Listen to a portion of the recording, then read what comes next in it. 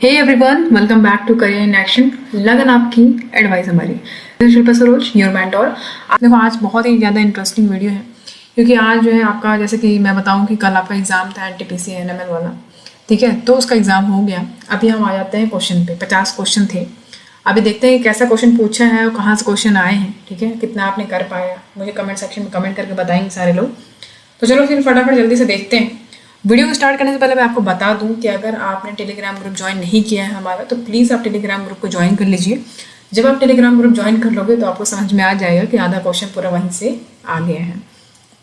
अच्छा, अब आपको करना क्या है कि आप टेलीग्राम पे जाओगे and you have to search. जो भी क्वेश्चन लिखा हुआ है ना, उसको आप सर्च बार में जाके क्वेश्चन लिखो, टाइप करो, तो उससे रिलेटेड जो भी क्विज होगा वो आ जाएगा। तो आप एक चीज़ नोटिस करना कि सारा ही ज़्यादातर जो क्वेश्चन है ना वो वहीं से आया है। टेलीग्राम ग्रुप पे हमने इतने क्विज करा दिए थे, इतना रिवीजन हो गया था कि सारा क्वेश्चन कहाँ से देगा भाई, कोई अलग सोर्स थोड़ी ना है। क्वेश्चन तो वही माइनिंग के ही आएंगे, तो वो आपको देखने को मिल जाएगा। तो देखो, सबसे पहला क्वेश्चन क्या था, what is the full form of JAP. ठीक है, ये तो बहुत बार मैंने वीडियो में भी बताया है।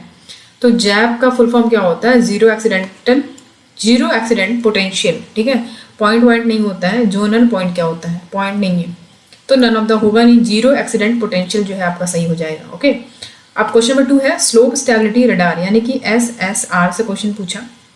Is use in open cast mining for measurement of dash. तो बोलता है ठीक है, स्लोप स्टेबिलिटी रडार जो है इसको हम ओपन कास्ट माइनिंग में यूज करते हैं फॉर मेजरिंग व्हाट, क्या मेजर करने के लिए। तो देखो यहाँ पे कॉम्प्रेसिव स्ट्रेंथ ऑफ रॉक्स, कुछ लोग यही लगा के आए होंगे, रॉक स्ट्रेस, वाटर लेवल और रॉक डिस्प्लेसमेंट। रॉक डिस्प्लेसमेंट को मेजर करने के लिए हम स्लोप स्टेबिलिटी रडार को यूज करते हैं। बहुत साफ शब्दों में एकदम डिट्टो ऐसे ही लिखा हुआ था क्विज जब दिया गया था आपको टेलीग्राम पे, तो ऐसे ही क्वेश्चन दिया हुआ। अगर आपको पता क्विज लगाए होते तो आप आराम से कर ले जाते। तो ये इसका राइट आंसर हो जाएगा, रॉक डिस्प्लेसमेंट। ठीक है, okay, come to the question number 3। Report on minor injuries shall be send to regional inspector. बोलता है मामूली चोट जब लग जाती है तो उसकी जो रिपोर्ट होती है तो क्षेत्र निरीक्षक यानी कि रीजनल इंस्पेक्टर को कब भेजी जाती है, once in 3 month, once in month, once in year या फिर वंस इन 6 मंथ। तो इसका राइट आंसर आपका हो जाएगा वंस इन ईयर। ठीक है, तो जो माइनर इंजरीज का जो रिपोर्ट है उसको रीजनल इंस्पेक्टर को कब भेजी जाती है, वंस इन ईयर भेजी जाती है, एक साल में एक बार। क्वेश्चन नंबर 4 है cost of an accident includes, cost of accident include dash. तो cost of an accident include, दुर्घटना की लागत में क्या शामिल है। तो direct and indirect cost of the employ and employer. ठीक है, loss in production revenue, reduction of profit, charges of additional royalty, तो ये सब नहीं होगा। आपका जो डायरेक्ट और इनडायरेक्ट कॉस्ट है एम्प्लॉय का और जो एम्प्लॉयर का, तो वो होता है। ठीक है, दुर्घटना की जो लागत है उसमें ये सब शामिल है, direct and indirect cost to the employ and employer. Come to question number 5, productivity of dumper depends on. तो जो आपका प्रोडक्टिविटी है डंपर का किस पे डिपेंड करता है, road profile, mobility of dumper, training of operator या फिर ऑल ऑफ द एबव। तो ऑल ऑफ द एबव आपका सही हो जाएगा। क्यों भाई, क्योंकि भाई रोड मोबाइल मोबिलिटी जो है डंपर का, ट्रेनिंग जो है ऑपरेटर का, ये सब मैटर करता है। ठीक है, इसके डंपर के प्रोडक्शन में, प्रोडक्टिविटी में, तो इसलिए यहाँ पे सारा ही इस पे डिपेंड करता है। अब उसके बाद क्वेश्चन नंबर 6 है आपका productivity of shovel depends on. देखो यहाँ पे ऊपर डंपर का पूछा, यहाँ पे शॉवल का पूछा, तो इतना भी इजी नहीं करना चाहिए था कि ऑल ऑफ द अबव दे दो। तो work cycle, type of material, operator skills या ऑल ऑफ द अबव, तो ऑल ऑफ द अबव सही हो जाएगा आपका। ठीक है, जो शॉवल का प्रोडक्टिविटी है वो बेसिकली इन सब पे डिपेंड करता है। क्वेश्चन नंबर 7 है high temperature, humidity, noisy and dusty environment in a mine with respect to safe amount to dash. सुरक्षा के संबंध में खदान में उच्चतम तापमान, आर्द्रता, शोर और धूल भरा वातावरण कैसा होता है। तो यहाँ पे देख पा रहे हो bad environment for work, stress working condition, unsafe condition, bad vision, right. तो इसका आंसर आपका हो जाएगा अनसेफ कंडीशन। ठीक है, तो जो हाई टेम्परेचर, ह्यूमिडिटी है, नॉइजी है, डस्टी इन्वायरमेंट है माइंस में, किसके रिस्पेक्ट में, सेफ्टी अमाउंट्स के रिस्पेक्ट में अगर हम देखें तो वो अनसेफ कंडीशन है एक तरीके से। ठीक है, सेफ नहीं है, अनसेफ कंडीशन। ओके, तो ये आपका राइट आंसर हो जाएगा। बढ़ते हैं आगे। क्वेश्चन नंबर 8 है in respect of dipper shovel crowding means. Crowding का साफ मतलब जो है आपको ग्रुप पे बताया गया था कि क्राउडिंग मतलब क्या होता है। ठीक है, तो यहाँ पे क्या लिखा है कि crowding means in respect of deeper shovel. तो डीपर शॉवल के टर्म्स में क्राउडिंग का मतलब क्या होता है। तो वहाँ पे भी ऑप्शन आपको 4 दिया हुआ था। एक ऑप्शन था वहाँ पे पियर्सिंग बकेट इनटू ब्रोकन कोल। ठीक है, तो इसी का मतलब यहाँ पे दे दिया moving the bucket backward and forward. ठीक है, piercing bucket into broken cool. तो यहाँ पे जो है बकेट को आगे यानी पीछे और आगे करना, इसी को हम क्राउडिंग बोलते हैं, ठीक है। तो यही आपका राइट आंसर हो जाएगा। यहाँ पे देखो लिखा हुआ है raising bucket to dumper height, swinging the bucket round, moving the shovel from one place to another. ये सब नहीं होगा, राइट आंसर आपका ये हो जाएगा moving the bucket backward and forward. अभी नेक्स्ट क्वेश्चन नंबर 9 है, which of the following is incorrect with respect to retarder braking system in a truck. Truck में रिटार्डर ब्रेकिंग सिस्टम के संबंध में निम्नलिखित में से कौन सा गलत है। क्वेश्चन में कह रहा है कौन सा गलत है वो आपको टिक करना है, ठीक है। Is primary to protect the service brake from excess heat and severe, ठीक है। Can install the engine if the specified engine speed is not maintain, okay. Is the preferred means of speed control when travelling downgrade, ठीक है। ये सब तो है, सही है, ये सब होता है, ठीक है। रिटार्डर ब्रेकिंग सिस्टम ट्रक में ये सब होता है, ठीक है। Is applied during unloading of overburden in the dump, नहीं, तो ये आपका गलत हो जाएगा, ठीक है। रिटार्डर ब्रेकिंग सिस्टम जो ट्रक में है उसमें लिखा हुआ यहाँ पे कि ये तब अप्लाई करते हैं जब अनलोडिंग करते हैं ओवरबर्डन को, ठीक है, डंप में। तो ऐसा नहीं होता है, तो ये आपका गलत हो जाएगा, ठीक है। इनकरेक्ट ऑप्शन ये हो जाएगा सही, तो ये डी आपका ऑप्शन राइट हो जाएगा, ओके। बढ़ते हैं अभी आगे।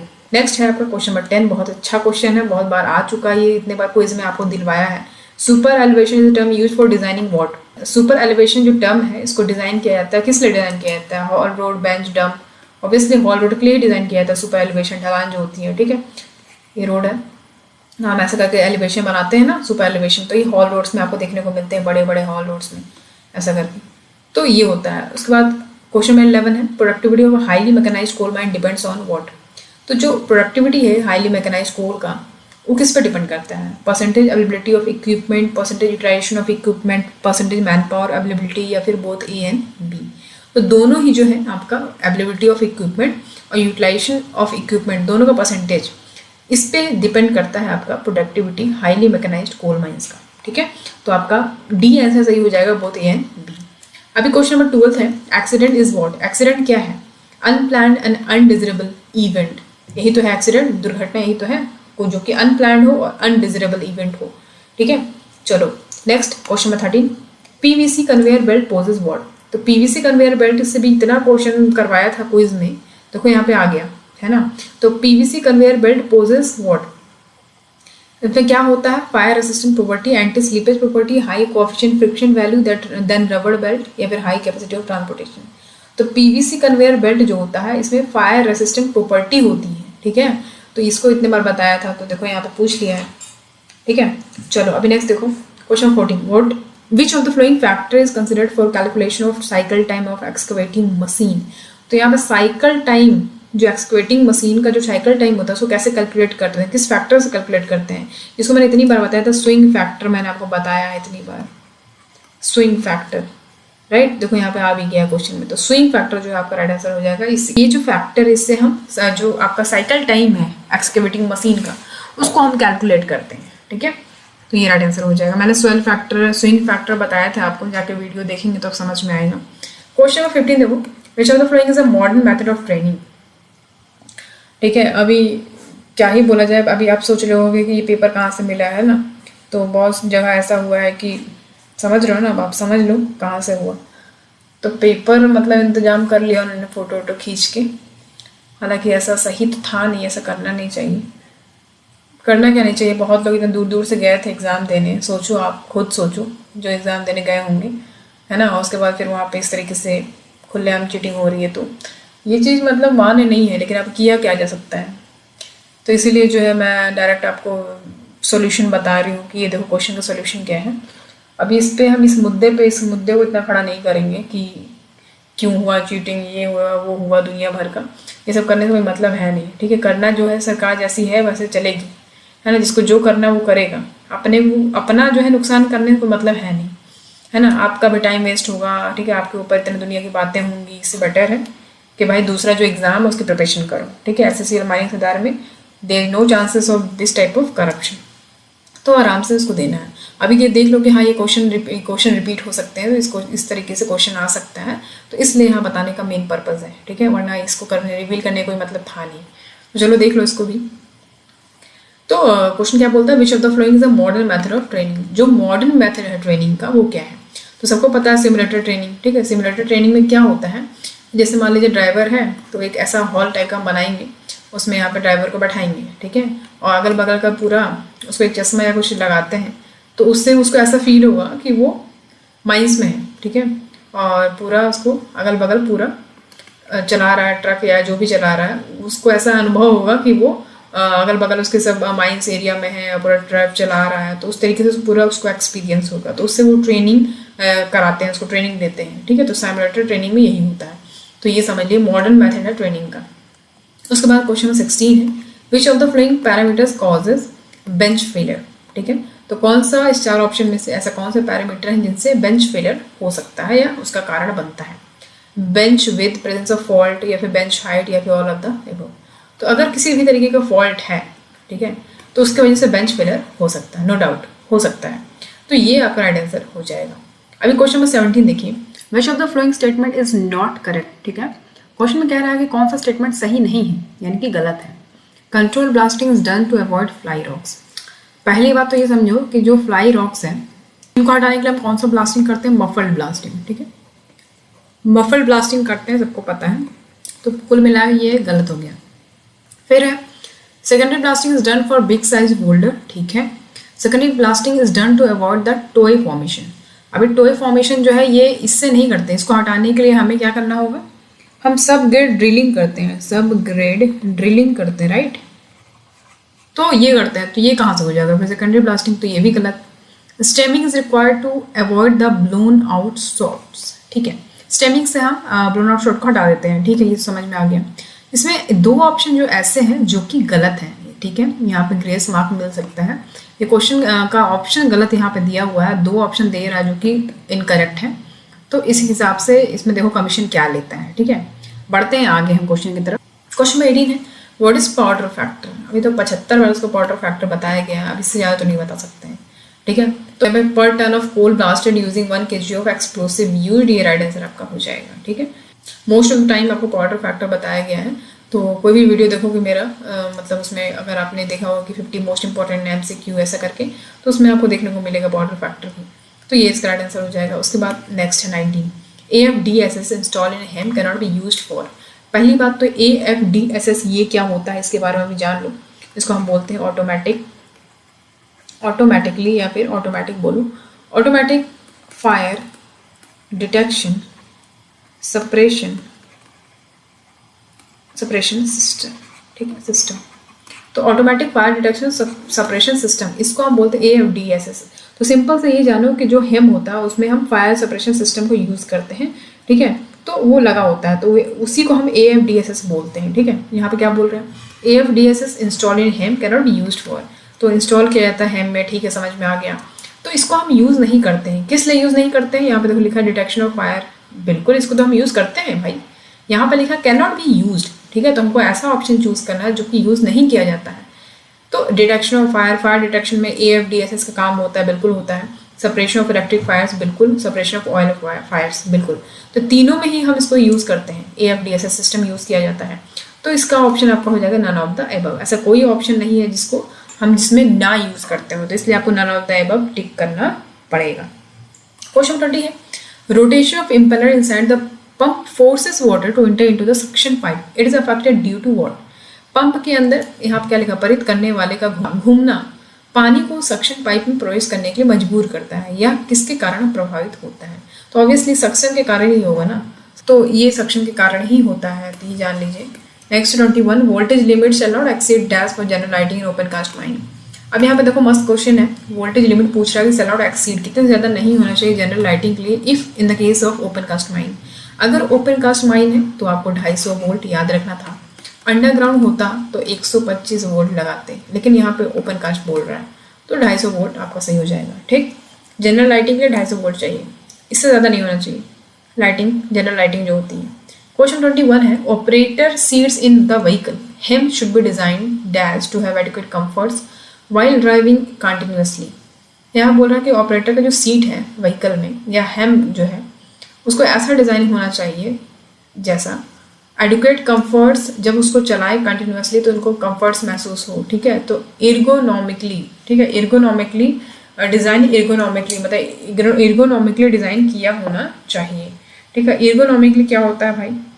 तो एर्गोनॉमिकली मतलब ये होता है कि इस तरीके से बनाया जाए जो कंफर्टेबल हो, इफेक्टिव हो पीपल के लिए जो उनको यूज़ करें, ठीक है। तो इसलिए यहाँ पे एर्गोनॉमिकली लिखा हुआ है, तो ये आपका राइट आंसर हो जाएगा। क्वेश्चन 23 है, failure to explore entire charge of a hole is what. तो जो failure to explore entire charge of a hole, इसको हम मिस फायर शॉट बोलते हैं। कहाँ मिलेगा आपको? रेगुलेशन नंबर स्टार्टिंग में ही मिल जाएगा, रेगुलेशन नंबर 2 जाएंगे आप, 2 के ZP में देखेंगे आप जाके, तो आपको मिस फायर का डेफिनेशन लिखा होगा क्या होता है, तो उसको आप एक बार देखना, यही इसका राइट आंसर हो जाएगा। नेक्स्ट है, next 24, the term representative factor यानी कि RF की बात हो रही है, इज रिलेटेड विथ व्हाट। तो इतनी बार क्वेश्चन पूछ लिया ना कि मतलब ऐसा लगता है कि बस दे दो, अब तो हमको पहले से पता है कि भाई यही क्वेश्चन आने वाला है, दे दो उठा के। तो जहाँ पे RF देख लो रिप्रेजेंटेटिव फैक्टर लिखा है, किससे संबंधित है, तो समझ लो माइंड प्लान से संबंधित है, इसका राइट आंसर यही हो जाएगा, ठीक। Next 25, who shall insure preparation of an emergency response plan specific to each mine for reasonably foreseeable industry and natural disaster. तो सिंपल से यहाँ पे लिखा हुआ है कि देखो कौन इमरजेंसी रिस्पॉन्स प्लान जो होता है उसको प्रिपेयर करता है, ठीक है, specific to each mine for foreseeable industry and natural disaster.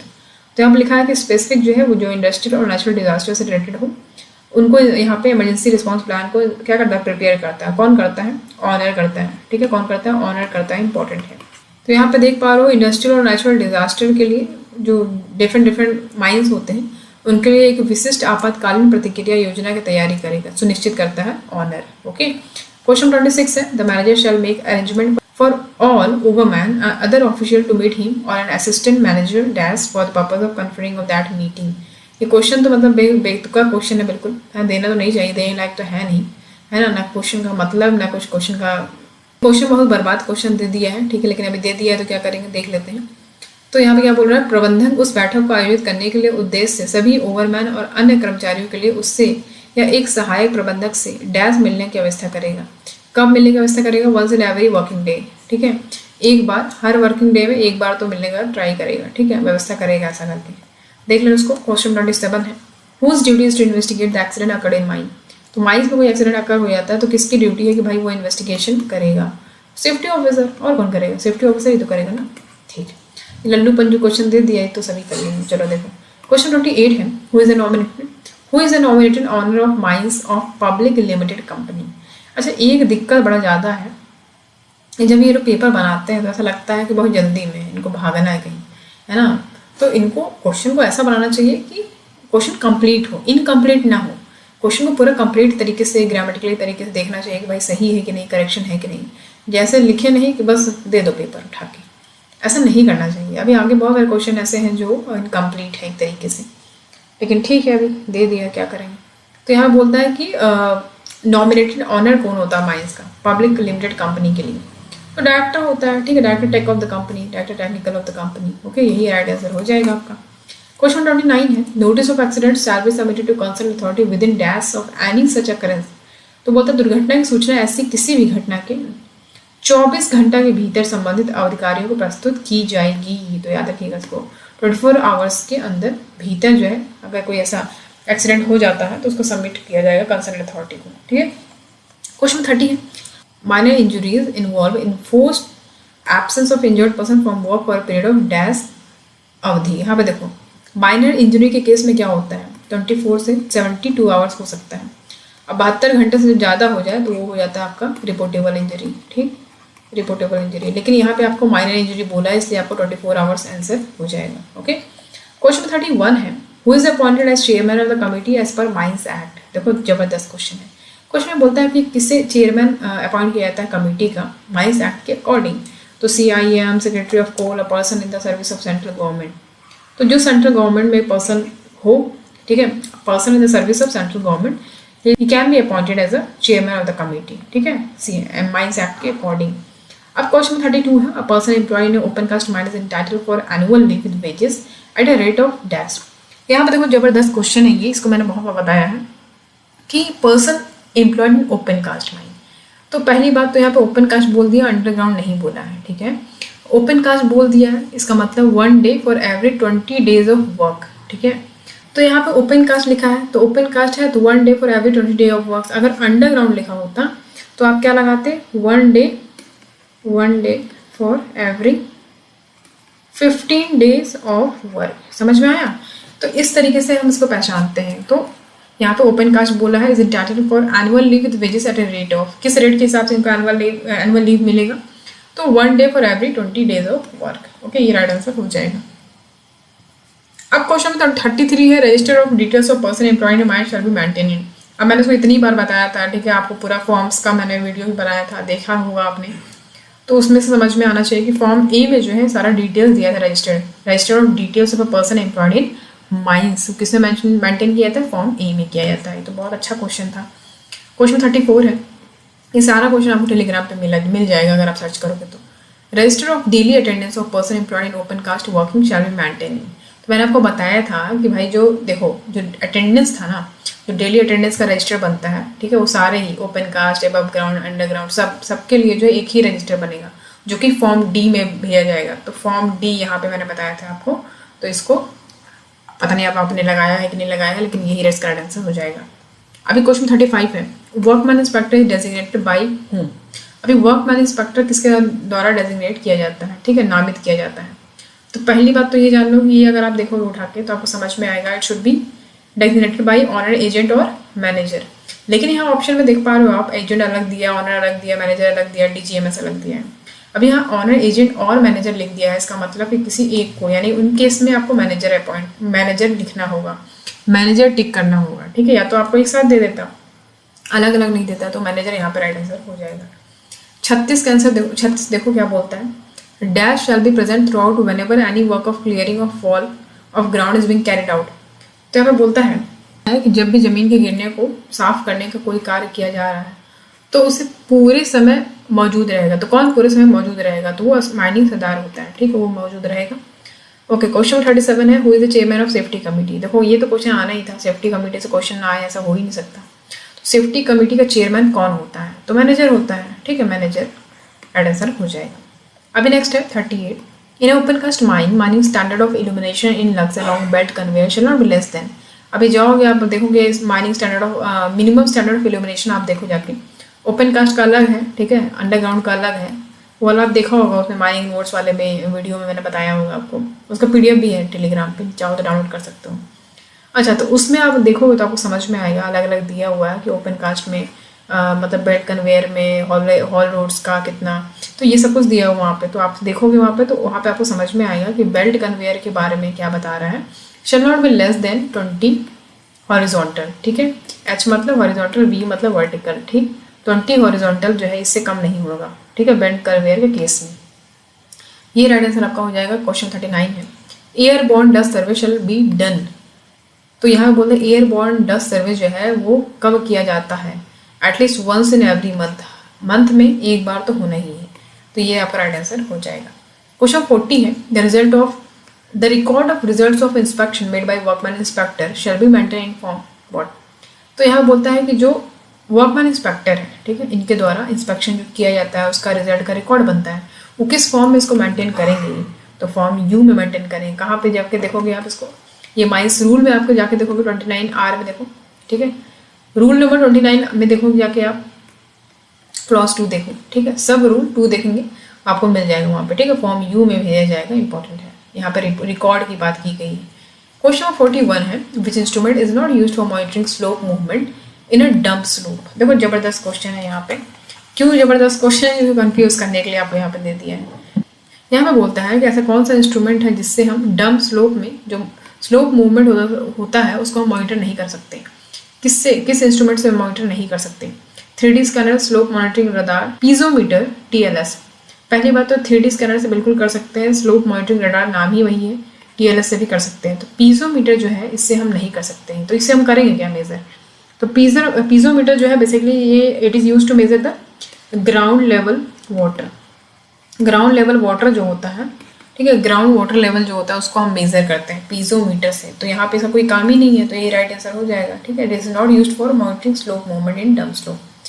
Come to question number 42, the sound level of AVA in dumper should be at least what higher than the ambient noise level. अब देखो ये वाला question मैंने आपको जो weekly question answer चलाया था मैंने शॉर्ट्स में, उसमें भी ये दिया हुआ था, अगर आप उसको देखे होते तो हो जाता आपका। तो साउंड लेवल जो है AVA का, ठीक है, डंपर में should be at least 5 to 20% higher than the ambient noise level. ठीक है, तो जो साउंड लेवल है एवीए का कितना होना चाहिए डंपर में, 5 to 20% higher than the ambient noise level. ठीक है, इतना ये राइट आंसर हो जाएगा। 43 पे आ जाते हैं, disease is caused by inhalation of dust over a period of long year. ऐसा कौन सा डिजीज है जो अगर हम लंबे समय से, ठीक है, डस्ट को इनहेल कर रहे हैं लंबे समय से, लंबे साल से, तो हमें कौन सी बीमारी हो सकती है।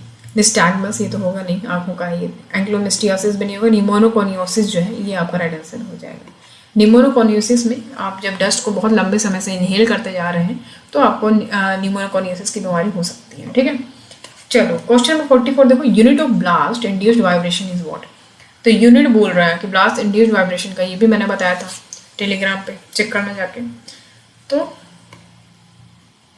मिलीमीटर पर सेकेंड में जो है इसको मेजर करते हैं। ठीक है, जो ब्लास्ट इंड्यूस वाइब्रेशन है, तो इसको देखिएगा एक बार थोड़ा ध्यान से। क्वेश्चन 45 है, as per CMR 2017 danger zone. भाई साहब अभी डेंजर जोन से क्वेश्चन छोड़ा नहीं है ये पूछना। तो danger zone in open cast mine is defined as a radial distance of dash from the place of firing. तो यहाँ बोलता है कि CMR 2017 के अनुसार एक खुली खदान में खतरे के क्षेत्र को फायरिंग की जगह से 500 मीटर की रेडियल दूरी के रूप में परिभाषित किया गया है। तो 500 मीटर आपका राइट आंसर हो जाएगा। ठीक है, तो यहाँ पे क्या कहना चाह रहा है कि डेंजर जोन जो है, डेंजर जोन किसको बोलते हैं, ओपन कास्ट माइन में डेंजर जोन हम उसको बोलते हैं कि जैसे मान लीजिए यहाँ से आपको फायर करना है। ठीक है, फायरिंग करनी है यहाँ से, ठीक है, यहाँ से लेके यहाँ तक। ठीक है, ये ओपन कास्ट माइन है, ओपन कास्ट माइन।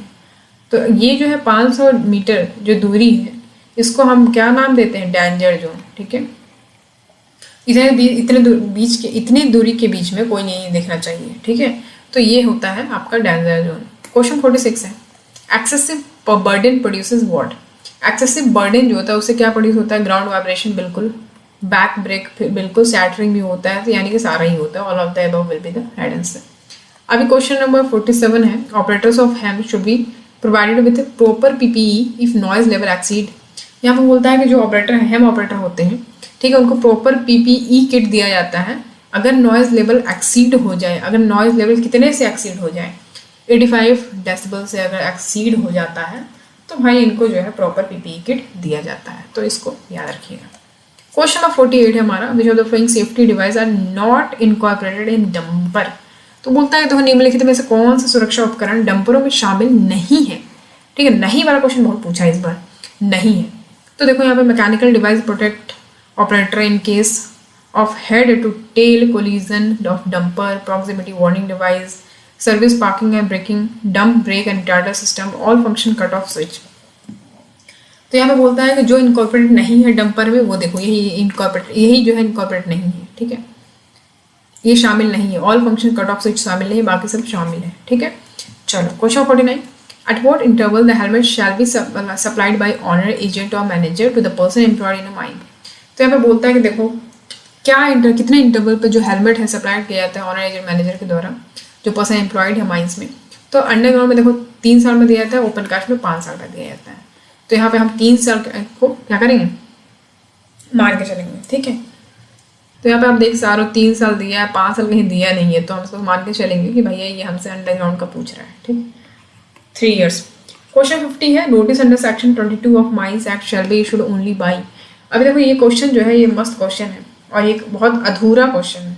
मस्त क्या, अधूरा क्वेश्चन कर दिया है। कैसे अधूरा है जरा देखते हैं इसको।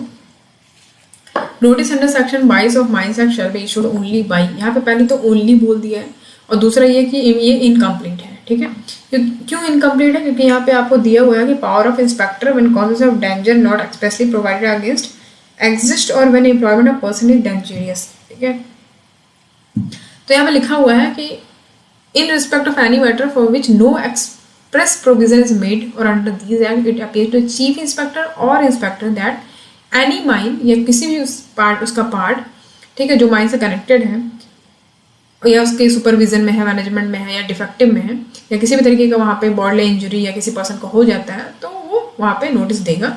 ठीक है, रिटर्न में ऑनर एजेंट मैनेजर को, वहाँ पे जो माइंस का जो ऑनर एजेंट मैनेजर है, ठीक है, तो इस तरीके से यहाँ पे नोटिस दिया जाता है। लेकिन प्रॉब्लम यहाँ पे ये है कि यहाँ पे चीफ इंस्पेक्टर ऑफ माइंस लिखा हुआ है। ठीक है, तो हम क्वेश्चन यहाँ पे अधूरा है, इसलिए हम यहाँ पे चीफ इंस्पेक्टर ऑफ माइंस को कंसिडर करेंगे। ठीक है, इंस्पेक्टर ऑफ माइंस को कंसिडर नहीं करेंगे, ना कि डिस्ट्रिक्ट मजिस्ट्रेट तो होगा ही नहीं, तो इंस्पेक्टर ऑफ माइंस को हम सिर्फ नहीं ले सकते हैं, ठीक है, चीफ इंस्पेक्टर ऑफ माइंस को कंसिडर करते हैं हम यहाँ पे, ठीक है। बाकी अभी कमीशन क्या लेता है वो देखेंगे हम आगे, ठीक है, इसको मान के चलते हैं। तो ये हो गया आपके 50 क्वेश्चंस जो आपने सॉल्व करके आए। अब जरा मुझे ये बताइए कितना आपने जो है स्कोर करा out of 50, let me know, ठीक है। और जिन्होंने जो पूरा टीप लिए हैं वो तो ना ही बताएंगे, ठीक है, उनका तो 51 आ रहा होगा टीप। वैसे टीपने के बाद कोई ज़्यादा असर पड़ा नहीं होगा, क्योंकि बहुत सारी चीज़ें इसमें ऐसी हैं जो आपको नहीं मिलेंगी अगर आप ऐसे सर्च करो गूगल पे। तो गूगल वाले माइनिंग के लिए गूगल नहीं है, ठीक है, माइनिंग के लिए गूगल है ही नहीं, पहली बात तो ये जान लो। तो अगर आपके नोट्स वगैरह होंगे फ़ोन में तब तो काम बन गया होगा, लेकिन अगर नहीं है तो फिर ठीक है भैया, मिलते हैं फिर SSCL एग्ज़ाम में, और क्या। तो ये देख लो, बाकी रिवीजन कर लो, अगर इसमें से क्वेश्चन आता है तो बहुत अच्छी बात है। इसी के इर्द गिर्द भी क्वेश्चन देख के जाइएगा।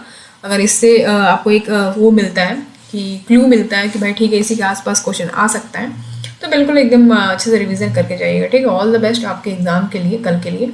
और बाकी जय श्री राम। आज के लिए तो भाई दिवाली मनाइए, दीपक जलाइए, और कल जो है पेपर देने जाइए।